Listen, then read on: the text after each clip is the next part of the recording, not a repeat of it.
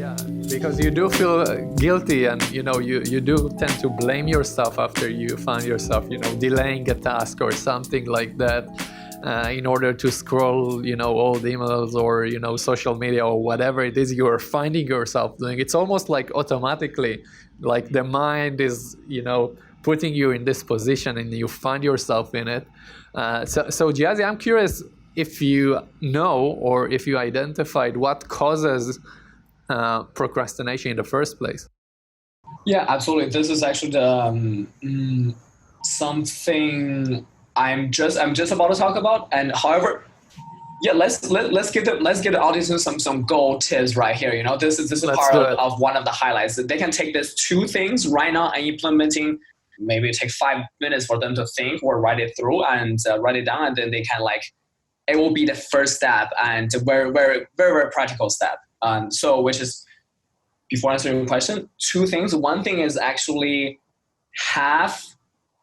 this is a task, this is where we're now, this is the outcome, and this is like some space, some work in between, and then actually chop them up into smaller pieces of, let's say, someone is procrastinating about developing an app. Okay, so cool. I know the app is going to be done at the end. And then, okay, what's the first step? Probably, finding developers or something like that, right? So chop them up into small steps. That's number one. Very, very crucial. Very, very simple, So to take the big task and chop it into smaller steps that are bite-sized. Yes, exactly. Bite size. So that you or me or we don't get overwhelmed. Because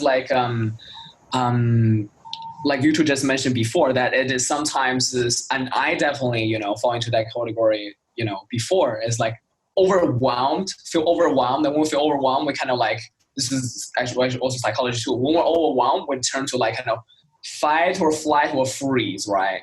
Yeah. We're going to fight it. We're going to run away. We're going to, you're like, so in order to overcome that overwhelming sensation in our head, is to chop it up into bite size. So you're like, okay, cool. I know that for a fact, maybe it's 20 minutes or 2 hours. I'm going to take care of this. And then feeling good about myself because I actually make a baby step today. So that's number one, which is chop it up into smaller pieces. And number two is that after you chop it up, right, and you actually give it a deadline, ideally maybe within a week, because it's kind of, the deadline is when it's, the deadline is 3 months away, you're like, I'm drinking a margarita today, or agua de Valencia, which is typical Spanish drink here. And so, ideally within a week of the deadline, you're like, boom, today's Friday, I'm going to get this done by next Wednesday, the latest, or somehow I'll set deadline for tomorrow so that I know, boom, couple hours and finish my thing and go, and then go chill. So those are the two, I would say, the golden tips for overcoming procrastination. Everyone will be implementing this within 5 minutes.